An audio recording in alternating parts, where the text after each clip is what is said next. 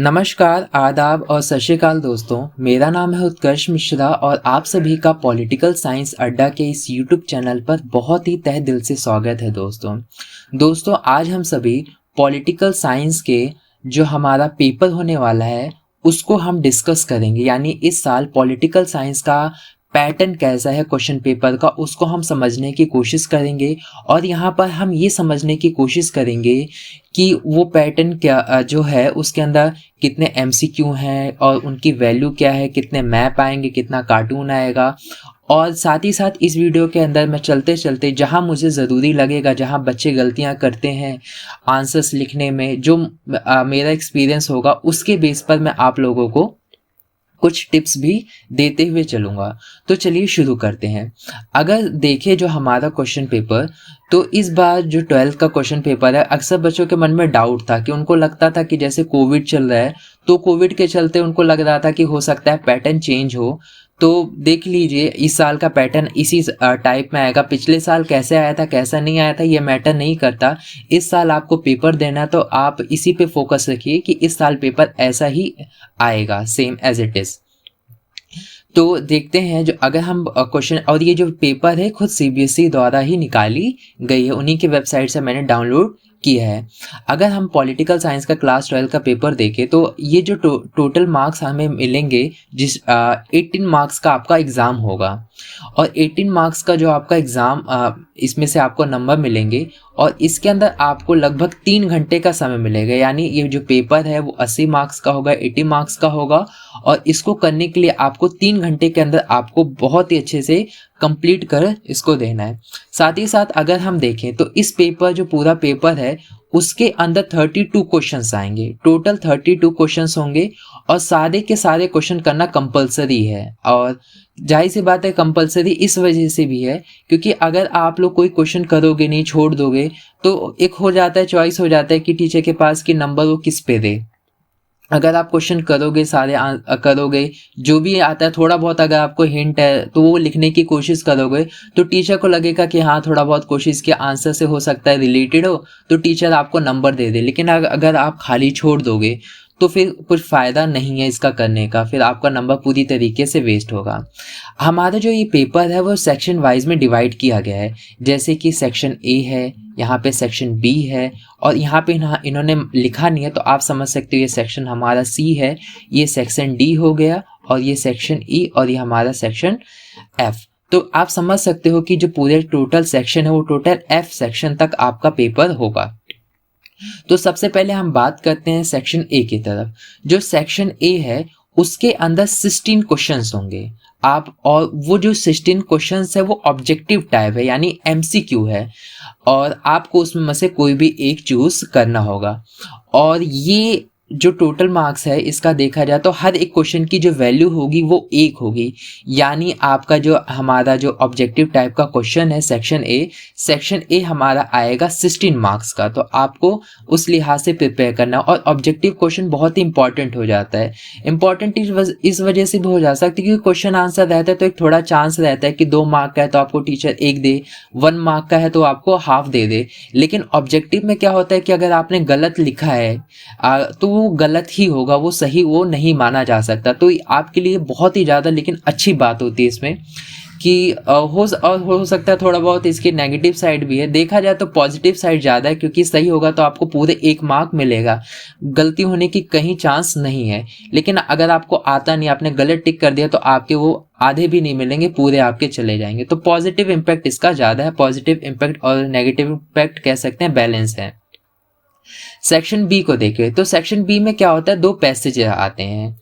जो 2 पैसेज होते हैं वो क्वेश्चन पे बेस होते हैं, और जो क्वेश्चंस होते हैं वो मल्टीपल चॉइस क्वेश्चन होता है। यानी यहाँ पे भी आपको एमसीक्यू मिलेगा। इसके अंदर आपको क्वेश्चन आंसर नहीं कि क्वेश्चन लिखा है और आपको आंसर लिखना है। यहाँ पे मल्टीपल चॉइस क्वेश्चन है जिसमें से 4 ऑप्शन होंगे, एक आंसर सही होगा। और ये 2 पैसेज है, ये 2 पैसेज दोनों ही आपको करने हैं, और इन पैसेज के अंदर 4 क्वेश्चंस होंगे और हर एक क्वेश्चन की जो वैल्यू होगी वो 1 होगा। यानी कह सकते हैं कि जो हमारा सेक्शन बी है वो 8 मार्क का होगा क्योंकि पैसेज 1 में 4 क्वेश्चंस हो गए तो 4 मार्क्स, और पैसेज सेकंड में भी 4 क्वेश्चंस तो वो भी 4 मार्क का हो गया। तो इस तरीके से 8 मार्क्स ये हो जाता है। अगर सेक्शन हम सी को देखें तो सेक्शन सी जो हमारा है वो 19 से लेके 22 क्वेश्चन तक है, यानी सेक्शन सी हमारा 19 से स्टार्ट होगा और 22 तक चलेगा। और इसके अंदर हमें जो क्वेश्चंस होंगे वो 2 मार्क के होंगे, और जाहिर सी बात है 2 मार्क का हो चुका है तो इट मीन्स कि आपको यहाँ पर क्वेश्चन आंसर होगा, क्वेश्चन दिया रहेगा और आपको अपनी आंसर शीट पे आंसर लिखना होगा। और यहाँ पर एक बात ध्यान रखने वाली है बहुत इंपॉर्टेंट, कि अक्सर बच्चे क्या करते हैं कि 2 मार्क्स के अंदर वो बहुत ज़्यादा लिख देते हैं। तो आपको वर्ड्स लिमिट कितनी दे रखी है, इसके अंदर 14 वर्ड्स दे रखा है कि आपको 40 वर्ड्स का यूज़ करना है, उससे ज़्यादा आप बढ़ाने की कोशिश ना करो। और 2 मार्क्स के लिए 40 वर्ड्स बहुत ही अच्छा है, सफिशेंट है। अक्सर क्या होता है एग्जाम के अंदर, कभी कभार अक्सर ही हो जाता है कि जो जैसे 6 मार्क का क्वेश्चन है, 4 मार्क का क्वेश्चन है, वो कभी कभी 2 मार्क्स में आ जाता है, तो बच्चे बड़े उदास हो जाते हैं। तो वो लोग क्या करते हैं, 2 मार्क्स का क्वेश्चन को ही 4 मार्क्स के लायक लिख डालते हैं, यानी 100 वर्ड्स वो लिख डालते हैं, जो कि बहुत ही ज़्यादा गलत है। क्योंकि आपको मिलेगा तो 2 ही मार्क्स, तो आपको अपना टाइम वेस्ट करके क्या फ़ायदा। ऐसा बिल्कुल भी नहीं करना है। आप कोशिश करिएगा कि 3 लाइन लिखिएगा, दो में नहीं आ पा रहा 3 लाइन लिखिएगा, और 3 लाइन से ज़्यादा आप एक्सीड करने की कोशिश मत करिएगा। हो सकता है 40 में हो जाए, क्योंकि आपके राइटिंग के ऊपर भी डिपेंड करता है कि आप लोगों की राइटिंग कैसे, आप बहुत चिपका के लिखते हो, बहुत खोल मतलब खुला खुला लिखते हो, तो इसके ऊपर भी डिपेंड करता है। लेकिन ध्यान रखिएगा 40 वर्ड्स से एक्सीड करने की कोशिश मत करिएगा। अगर हम आगे बात करें तो जो हमारा आगे सेक्शन डी आ जाता है, जो हमारा सेक्शन डी है वो 23 से लेके 27 तक हमारा है, 23 से लेके 27 तक है, और ये क्वेश्चन 4 मार्क का है। और यानी 23 से लेके 27 तक अगर हम देखें तो हमारे 5 क्वेश्चंस हो जाते हैं, और 5 क्वेश्चंस जो हैं वो 4 मार्क्स के होंगे। यानी आप कह सकते हो कि जो हमारा सेक्शन डी है वहाँ सेक्शन डी से 20 मार्क्स का आता है, सेक्शन सी से हमारा 8 मार्क्स का, और सेक्शन बी से हमारा 8 मार्क्स का, और सेक्शन ए से हमारा 16 मार्क का आता है। अगर देखें तो इनके बात ध्यान रखनी है यहाँ पर कि आपको यहाँ पे 100 वर्ड्स यूज़ करना है। 100 वर्ड से ज़्यादा आप बढ़ाने की कोशिश मत करिएगा, इसे 100 वर्ड बहुत ही ज़्यादा सफिशेंट है एक आंसर के लिए, 4 मार्क्स वाले क्वेश्चन के लिए। अगर हम आगे मूव करें तो आगे हमारा जो आता है सेक्शन आता है हमारा ई जो सेक्शन है वो इन सारे सेक्शन से अलग है, और 28 से लेकर 29 तक ये हमारा यहाँ पर सेक्शन होता है। 28 से लेकर 29 तक, इट मीन्स यहाँ पर आपको 2 क्वेश्चंस देखने को मिलेंगे, और ये दोनों ही क्वेश्चंस कितने मार्क के होंगे, 5 मार्क्स के होंगे। यहाँ पर आपको मैप को फिलअप करना होगा। दूसरी चीज़ यहाँ पे जो कार्टून क्वेश्चंस है उसको आपको फिल करना होगा। हो सकता है कि मैप को कैसे फिल किया जाए इसके लिए मैं एक नई वीडियो लेकर आऊँ, क्योंकि अक्सर बच्चे मैप को फिलअप करने में बहुत ज़्यादा कंफ्यूज हो जाते हैं, वो गलत लिखकर आ जाते हैं। तो मैप के लिए हो सकता है मैं आपके लिए एक नई वीडियो, कार्टून के लिए हो सकता है कि मैप और कार्टून के लिए मैं एक अलग से वीडियो लेकर आऊँ जिसमें बहुत अच्छे से डिटेल्स में चीज़ें बताऊँ। यानी जो हमारा सेक्शन अगर देखिए सेक्शन ई, जो सेक्शन ई है हमारा वो 10 मार्क का हमारा आता है। अगर बात करते हैं हम सेक्शन एफ की तरफ, तो जो हमारा सेक्शन एफ होता है वो 30 से 32 तक का क्वेश्चन आता है, यानी 30 से लेकर 32 का जो क्वेश्चन होगा, यानी कह सकते हैं 3 क्वेश्चंस हमारे यहाँ से आते हैं, और तीनों जो क्वेश्चन होंगे वो 6 मार्क्स के होंगे। और इसके अंदर जो आपको वर्ड्स लिमिट है वो है 150 वर्ड्स, यानी 150 वर्ड्स के अंदर आपको अपनी पूरी बात, पूरी आंसर अच्छे तरीके से लिखना है, और सारे पॉइंट्स मेन लिखना है। ऐसा ना हो कि आप 2-2, 3-3 पेज भर डालो इस 6 मार्क्स को लिखने के चक्कर में। तो देखा जाए तो हमारा ये टोटल हो जाता है 18 मार्क्स का। तो कहीं ना कहीं जो हमारा सेक्शन लास्ट वाला जो सेक्शन है वो थोड़ा इम्पॉर्टेंट हो जाता है, क्योंकि यहाँ से हमारा 18 मार्क का आता है। दूसरी चीज़ ऑब्जेक्टिव वाला बहुत ही ज़्यादा, जो हमारा फर्स्ट पॉइंट दे रखा है ये जो सेकंड दे रखा है ये बहुत ज़्यादा, सेक्शन ए ये इंपॉर्टेंट हो जाता है, क्योंकि यहाँ से हमारा 16 मार्क्स का आता है। और मैप और ये भी इम्पॉर्टेंट है मैप से, क्योंकि 10 मार्क्स का आता है, और 4 मार्क्स से 20 मार्क्स का आता है। तो उस लिहाज से देखा जाए तो पेपर आपका बहुत ही अच्छे तरीके से डिज़ाइन किया गया है और आपको करने में कोई ज़्यादा दिक्कत नहीं आएगी। तो चलिए अब हम अंदर की तरफ देखें, पेपर का section A, section B, section C, D, F, I जो भी है इनके बारे में थोड़ा हम देखते हैं। जैसे कि सेक्शन ए है, सेक्शन ए के अंदर क्या देखें तो इसमें एमसीक्यू है, यानी एक स्टेटमेंट यहाँ पर दे रखी है। इन स्टेटमेंट के अंदर कौन सा जो वर्डिंग होगी वो जैसे दे रखा है इनकरेक्ट कौन सा है, तो इनमें में से आपको इनकरेक्ट बताना है। कभी कभी एग्जाम में पूछ लेगा कि इन सारों में से सही क्या है, तो आपको सही बताना पड़ेगा। दूसरी चीज़ यहाँ पर भी वही है कि आपको fill in the blanks type का है, तो आपको यहाँ पे जो भी आता है ABCD ऑप्शन दे रखा है, जो भी आता है वो आपको भरना पड़ेगा। इसके अंदर चूज करना है कंट्री के अंदर कि कौन कौन से नाटो से बिलोंग करते थे, वैसे आपको फिर ABCD जो भी है आंसर ऐसा आपको लिखना है। लगभग देखा जाए तो सब में सेम है। क्वेश्चन 5 में देखा जाए तो उसमें भी चूज करना है, 6 में देखा जाए तो ऐसे करते करते लगभग अगर हम 16 क्वेश्चन तक की तरफ मूव करें तो देखिए, अगर ऊपर करें तो देखिए यहाँ पर क्या करना है कि इसको अरेंज करना है। जैसे 15 में देखा जाए तो इसमें इन लोगों ने 2 ऑप्शन दे रखा है और 14 ये देखिए 15 का हमारा देखें अगर 15 तो 15 के अंदर इन लोगों ने क्या कर रखा है, 2 ऑप्शन दे रखा है। तो कई क्वेश्चंस ऐसे हैं जिनको अंदर इन्होंने ऑप्शन दे रखा है। अगर आपको ये नहीं पसंद आता तो आप इसको कर सकते हो और जो आपको सही लगता है इसमें में से वो आप टिक कर सकते हो। 16 के अंदर देखिए तो 16 थोड़ा सा अलग है। 16 के अंदर क्या है कि आपको ये first, second, third, fourth option दे रखा है और इसको क्या करना है, आपको अरेंज करना है। मतलब आपको इसको अरेंज करना है। हो सकता है कि अक्सर क्या होता है एग्जाम में डेट्स पूछा जाता है, लेकिन यहाँ पे इन्होंने डेट्स तो नहीं पूछी, लेकिन इसको क्रोनोलॉजिकल ऑर्डर में आपको लगाना है। इट मीन्स आपको ऐसे अरेंज करना है कि कौन सी घटनाएं कब हुई, उस लिहाज से आपको अरेंज करना है। जैसे Atlantic charter, India join the UN, Yalta conference कब हुआ, establish of human right council. तो इसके अंदर बेसिकली ये आपको करना है कि सबसे पहले इस्टेब्लिश क्या हुआ, पहले फर्स्ट हुआ, सेकंड हुआ, थर्ड हुआ, फोर्थ हुआ। तो आपको ऐसे ही चेक करना पड़ेगा और फिर आप A को टिक कर सकते हो, B को कर सकते हो, C को कर सकते हो, D को कर सकते हो। जो भी इसका आंसर होगा उस पे आप फिर टिक कर सकते हो। यानी आपको इसमें डेट्स का पता होना ज़रूरी है। तो आप लोग अगर डेट्स पता होगी तो ही आप इसका आंसर अच्छे से कर सकते हो सिस्टम का, वरना दिक्कतें तो आपको फेस करनी पड़ेंगी। अगर बात करें सेक्शन B की तरफ, तो सेक्शन B को याद करो, मैंने आप लोगों को बताया था कि सेक्शन B है वो पैसेज आता है और पैसेज के अंदर याद करो मैंने आप लोगों को ये भी बताया था कि हर एक क्वेश्चन है वो 1 मार्क्स का होगा। तो देखिए वहाँ पर 1 टोटल कितना होगा, 4 मार्क्स का हो गया। ये हर एक क्वेश्चन की वैल्यू 1 है तो लिख, और टोटल कितने क्वेश्चन पूछे गए, इसमें 4 क्वेश्चंस इसके अंदर पूछे गए हैं। ये रहा क्वेश्चन, जैसे ये रहा 17.1, 17.2, 17.3। तो आप लोगों को जो भी आपको सूटेबल लगता है, जो भी आप लोगों को सही लगता है उस पे आप टिक कर दीजिएगा कि इनमें में से कौन सा है। MCQ ईजी होता है वैसे, अगर आपको नहीं लगता तो अपने दोस्तों से पूछ लीजिए जिनको आता है, इंटेलिजेंट वाले से। दूसरा बात करते हैं क्वेश्चन 18। क्वेश्चन 18 भी MCQ टाइप है। MCQ टाइप में अगर हम देखें तो बेसिकली क्या होता है, जो पैराग्राफ होता है इसको पढ़ना होता है आपको, फिर एक आपको हिंट मिल जाती है। उसमें भी 17 में भी यही था कि पैराग्राफ पढ़ोगे तो थोड़ा एक हिंट मिल जाता है, तो उस हिंट की वजह से आप आंसर करने में आपके लिए सूटेबल हो जाता है। कभी कभी क्या होता है, अक्सर क्या होता है कि आपका जो पैरा में ही आंसर मिल जाता है और कभी कभी पैरा ऐसा आ जाते हैं जिसके अंदर आपको आंसर नहीं दिया गया होता, लेकिन हाँ हिंट आपको प्रॉपर मिलेगी।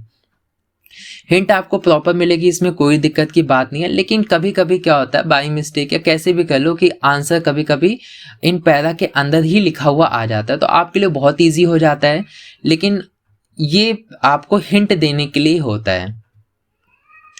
अब बात करते हैं सेक्शन C की तरफ। सेक्शन C है वो कितने मार्क्स का होता है, वो 2 मार्क्स का होता है और इसके अंदर 19 से लेकर 22 तक क्वेश्चन आते हैं। और यहाँ पर आपको वर्ड्स जो लिमिट है, मैंने जैसा बताया था वर्ड्स लिमिट आपको यहाँ पर ध्यान रखनी है। ज़्यादा भर के इसके अंदर नहीं लिखना, उतना लिखना है और इतना अच्छा लिखने की कोशिश करना है कि 2 नंबर आपको मिल जाए। देखा जाए तो यहाँ पर भी क्वेश्चन 9 जो सेक्शन C है इसके अंदर भी कोई एक ऑप्शन दे रखा है। आप जैसे क्वेश्चन 22 का ये ऑप्शन दे रखा है, ये नहीं कि 21 की जगह आप 22 कर दो। ऐसा ना समझो कि 19, 20, 21 और 22 है, यानी इनमें से कोई भी एक ना है तो आप इसको कर डालो। अक्सर बच्चा हो सकता है गलती कर दें, ऐसा नहीं करना। ये ऑप्शन केवल 22 क्वेश्चंस के लिए। अगर 22 का ये वाला क्वेश्चन आपको व्हाट वर द चेंजेस ये समझ में ना आए तो आप ये describe the provision of national emergency ये आप कर सकते हो। ये नहीं कि क्वेश्चन 21 का आप ये describe the provision of national emergency करने लग जाओ, ऐसा आपको नहीं करना है। बच्चे जो है अक्सर गलती बहुत कर देते हैं वो लोग। सेक्शन डी की तरफ मूव करें तो सेक्शन जो डी है हमारा, उसके अंदर देखा जाए तो 4 मार्क्स का क्वेश्चन आता है। और आपके टीचर ने भी बताया होगा, इवन मैंने भी अपने इंपॉर्टेंट क्वेश्चन में क्यूबा मिसाइल जो क्राइसिस है वो बता रखा है कि क्यूबा मिसाइल क्राइसिस क्यों इंपॉर्टेंट, बहुत इंपॉर्टेंट टॉपिक अक्सर एग्जाम में पूछा जाता है। न्यूक्लियर पॉलिसी भी अपने मैंने जो इंपॉर्टेंट क्वेश्चन की वीडियो बनाई थी उसके अंदर मैंने बता रखा है, आप लोग प्लेलिस्ट में जाकर चेक कर लेना, वहाँ पे आपको मिल जाएगा। तो देखा जाए तो इसके अंदर भी ऑप्शन दे रखा है। सबसे अच्छी बात है ऑप्शन दे रखा है, बस आप भगवान से ये मनाना कि ऑप्शन में दोनों ऐसा ऑप्शन ना मिले कि दोनों का दोनों ही आपको आता, तो आपको बहुत ज़्यादा अफसोस होगा। पता चला कि 25 का ये भी ऑप्शन आता है और ये भी आता है, तो अक्सर बच्चे इसमें कंफ्यूज हो जाते हैं कि करे कौन से, क्योंकि दोनों ही क्वेश्चंस उनको आते हैं। तो ऐसे में आप ध्यान रखना है, आपको वो करना है जो आपको बहुत ही अच्छे से पता हो। थोड़ा कुछ 4-5 सेकंड अपने दिमाग पे जोर डालिएगा और कोशिश करिएगा कि कौन सा आंसर आप बेस्ट तरीके से लिख सकते हो उसी को ही अटेम्प्ट करने का कोशिश करिएगा। ये नहीं कि क्वेश्चन ऊपर वाला करने लगे 25 का और फिर उसके बाद ध्यान आया कि इसमें तो मैं लिख ही नहीं पाऊंगा, फिर आपने उसे काट पीट के फिर ये नीचे वाला एलोबरेट द न्यूक्लियर पॉलिसी जो है इसको आप करने लगे। ऐसा आपको बिल्कुल भी नहीं करना है। लिखने से पहले सोच लेना, फिर जैसा जो आपको सूटेबल लगता है कि किसका आप आंसर लिख सकते हो उसका आप लिख देना। ये नहीं कि आप उसमें काटा पीटी करने लग जाओ, काटा पीटी बहुत ही कम करना। 26 के अंदर भी हम देख सकते हैं तो ऑप्शन दे रखा है। हालांकि ऑप्शन दे रखा है ये आपके लिए बहुत ही अच्छी बात है, लेकिन कंफ्यूज मत होना, बच्चे अक्सर कंफ्यूज हो जाते हैं। हालांकि कभी कभी किस्मत होता है कि एक क्वेश्चन बहुत ही अच्छे से आता है, दूसरा क्वेश्चन नहीं आता, तो बच्चे खुश हो जाते हैं। अगर बात करते हैं सेक्शन ई की तरफ, तो सेक्शन ई जो होता है मैप होता है। ज़्यादातर बच्चों को मैप भरना नहीं आता, उनको पता ही नहीं होता कि ये बॉक्स, उनको तो पता नहीं, अजीब ही से लगता है, उस बॉक्स को फिलअप नहीं कर पाते। इस बॉक्स को कैसे फिलअप किया जाता है इसके लिए मैं एक अलग सी वीडियो आप लोगों के लिए लेकर आऊँगा। आप हमारे चैनल को सब्सक्राइब कर लेना और नोटिफिकेशन का बेल आइकन प्रेस कर देना, तो वहाँ पर मैं आपको अच्छे से बताऊंगा कि जो सेक्शन ई मैप का है वो कैसे अटेम्प्ट किया जाता है। ज़्यादातर बच्चे अगर देखा जाए, अगर मान लो आपकी क्लास के अंदर 40 बच्चे हैं ना, तो ज़्यादातर बच्चे अगर देखा जाए तो 20 या 30 बच्चे ना अटेम्प्ट गलत ही करेंगे। आपको मैं यहाँ पे बताऊंगा कि किस तरीके से जो बॉक्स है उनको ये पता ही नहीं रहता इस बॉक्स का यूज़ कैसे किया जाता है ज़्यादातर बच्चों को। तो यहाँ पे इस बॉक्स को फिलअप करना मैं आपको सिखाऊंगा, मैप को कैसे फिलअप करना। वो अक्सर क्या करते हैं, ई है जैसे मान लीजिए ई दे रखा है उनको आता है, तो ई के आगे वो लिख देते हैं, डी के आगे लिख देते हैं, सी के आगे ए और बी के आगे ही लिखने लग जाते हैं। और कई लोग महान इतने होते हैं कि मैप को फाड़ के चिपका डालते हैं वो लोग। तो ऐसा नहीं करना है, आप लोगों को ध्यान से रखना है। वो जो मैप के लिए आपको बता रहा है अल्फाबेट, ये वाला इस तरीके से आपको करना है। दूसरी चीज यहाँ पे क्वेश्चन आता है नोट 28 वाला नहीं करना। ये बेसिकली विजुअल इम्पेयर्ड कैंडिडेट, यानी जो बच्चे, जिन बच्चों को देखने में प्रॉब्लम होती है उनके लिए सीबीएसई वालों ने यहाँ पर वो दे रखा है। लेकिन ये अक्सर क्या करते हैं बच्चे, इसे भी कर डालते हैं। वो इतने बेवकूफ़ होते हैं कि क्या बताएं, कि वो इस क्वेश्चन को भी वो भर डालते हैं, फिर उसके बाद दोस्तों से पूछे ये, या फिर टीचर से कहते हैं कि मैम मैंने वाला भी क्वेश्चन कर दिया, बताओ मैं क्या करूं। तो ऐसा बेवकूफ़ी आप नहीं करना, क्योंकि अगर टीचर को चेक करते हुए पता चल गया कि आप इस तरीके से कर रहे हो तो उस पर एक नेगेटिव इम्पैक्ट जाएगा। उसको लगेगा कि बच्चे को आता होता कुछ नहीं है और फिर वो आगे के मार्क्स आपको उसी के बेस पर देने लगेगा, तो दिक्कतें हो सकती हैं आप लोगों को। अगला आता है कार्टून। कार्टून के लिए मैंने वीडियो बनाऊंगा आगे चलकर, तो आप कनेक्ट रहिएगा मुझसे। तो मैं सारे हर एक चैप्टर के अंदर जो जो कार्टून है उन सबको मैं बहुत ही अच्छे से समझाऊंगा और कैसे कैसे करना है वो भी बताऊंगा। देखा जाए तो ये 2 मार्क का क्वेश्चन होता है और कार्टून होता है, और इसके अंदर जो वर्ड्स लिमिट होती है 14 होती है। वही बात है कि 2 मार्क्स के क्वेश्चन के अंदर इन लोगों ने वर्ड लिमिट 40 ही कर रखी है, तो 40 से ज़्यादा एक्सीड करने की कोशिश मत करना। पहला क्वेश्चन होता है, यहाँ पर ये पैटर्न बहुत ज़्यादा ज़रूरी है समझना। अक्सर क्या होता है कि बच्चे गलती ये करते हैं कि वो इस पैटर्न को नहीं देखते, वो लिखने लग जाते हैं। इसको भी लिखेंगे 2 मार्क्स का, इसको भी लिखेंगे, इसको भी लिखेंगे 2 मार्क्स का, ऐसा नहीं करना। देखो यहाँ पैटर्न क्या कहता है, 1 2 2। इट मीन्स कि जो पहला क्वेश्चन है वो 1 मार्क का है, दूसरा क्वेश्चन 2 मार्क्स का है, और तीसरा क्वेश्चन जो हमारा है वो 2 मार्क्स का। तो आपको इस बेस पर आंसर लिखना है, ऐसा नहीं कि आप एक एक करके लिख दो और फिर आप सोचो आपको 5 मार्क्स मिल जाएंगे, नहीं। इसमें आप कम लिख सकते हो, क्वेश्चन फर्स्ट में 1 मार्क्स में एक वर्ड में भी लिख दोगे, एक लाइन में लिख दोगे, चल जाएगा। लेकिन इसके अंदर एक लाइन और एक वर्ड सेकंड और थर्ड के अंदर ये ऐसा बिल्कुल भी नहीं चलेगा। तो आप ये देख लीजिए, अक्सर उल्टा भी होता है, 2 2 + 1 होता है, यानी पहला क्वेश्चन 2 मार्क्स का, दूसरा क्वेश्चन 2 मार्क्स का और लास्ट वाला क्वेश्चन 1 मार्क्स का। ऐसा भी होता है कि पहला क्वेश्चन 2 मार्क्स का, दूसरा क्वेश्चन 1 मार्क्स का और लास्ट का क्वेश्चन 2 मार्क्स का। तो आप यहाँ पर ये देख के करिएगा, देखिएगा कोई किसकी वैल्यू क्या। अगला सेक्शन आता है नोट, जहां जहां नोट आ जाए, अगर आपको देखने में दिक्कत होती है तो आप लोग इस चीज को कर सकते हो। इट मीन्स ये नहीं कि आप लोगों को देखने में आपको चश्मा लगा है तो आप ये करने लग जाओ, नहीं। एक दरअसल क्या होता है कि जो बच्चे देख नहीं पाते, जिनके आई बहुत ज़्यादा वीक होती है, तो उनके लिए अलग से एक मेंशन होता है। जब आपका फॉर्म वॉर्म फिलअप किया जाता है तो उसके अंदर भर लिया जाता है कि पर्सन विजुअली है, उसको ज़्यादा देखने में प्रॉब्लम हो रही है। ये नहीं कि अक्सर लोग क्या होते हैं कि वो ऐसा समझ जाते हैं कि वो चश्मा लगाते हैं तो वो भी इस क्वेश्चन को करने लगते हैं, क्योंकि उनको फील होता है कि भाई मेरी भी तो आंखें ख़राब हो रखी हैं, तभी तो चश्मा लग रखा है, तो वो लोग इस क्वेश्चन को भी करने लग जाते हैं। तो ऐसा बेवकूफ़ी भरी हरकतें आप लोग मत करिएगा, बिल्कुल भी नहीं। आगे मूव करें तो जो हमारा आता है सेक्शन एफ, सेक्शन एफ की तरफ अगर हम देखें तो सेक्शन एफ इम्पॉर्टेंट हो जाता है और अक्सर बच्चे इसी में ही गड़बड़ करते हैं। वो इनका आंसर बहुत ही गलत तरीके से लिखते हैं। गलत कैसे तरीके से लिखते हैं पहले ये समझिए। वो क्वेश्चन 6 के अंदर क्या करते हैं, वो मान लेते हैं 6 मार्क का क्वेश्चन है, तो वो बड़ा उनके दिमाग में फिट रहता है कि बड़ा लिखना है। चलो ठीक है, आपको बड़ा लिखना है, समझ में आता है। आप बड़ा लिखने के चक्कर में क्या करते हो कि आप कुछ भी लिखने लग जाते हो और फिर बाद में लिखते लिखते आपको ध्यान में आता है, ओ लिख लिए, फिर ध्यान में आता है अरे यार इम्पॉर्टेंट वर्ड पॉइंट तो रह ही गया, और तब तक आपको पता चलता है आप 1.5 पेज भर चुके हो और इम्पॉर्टेंट पॉइंट रह गया है। जस्ट इमेजिन ऐसी सिचुएशन।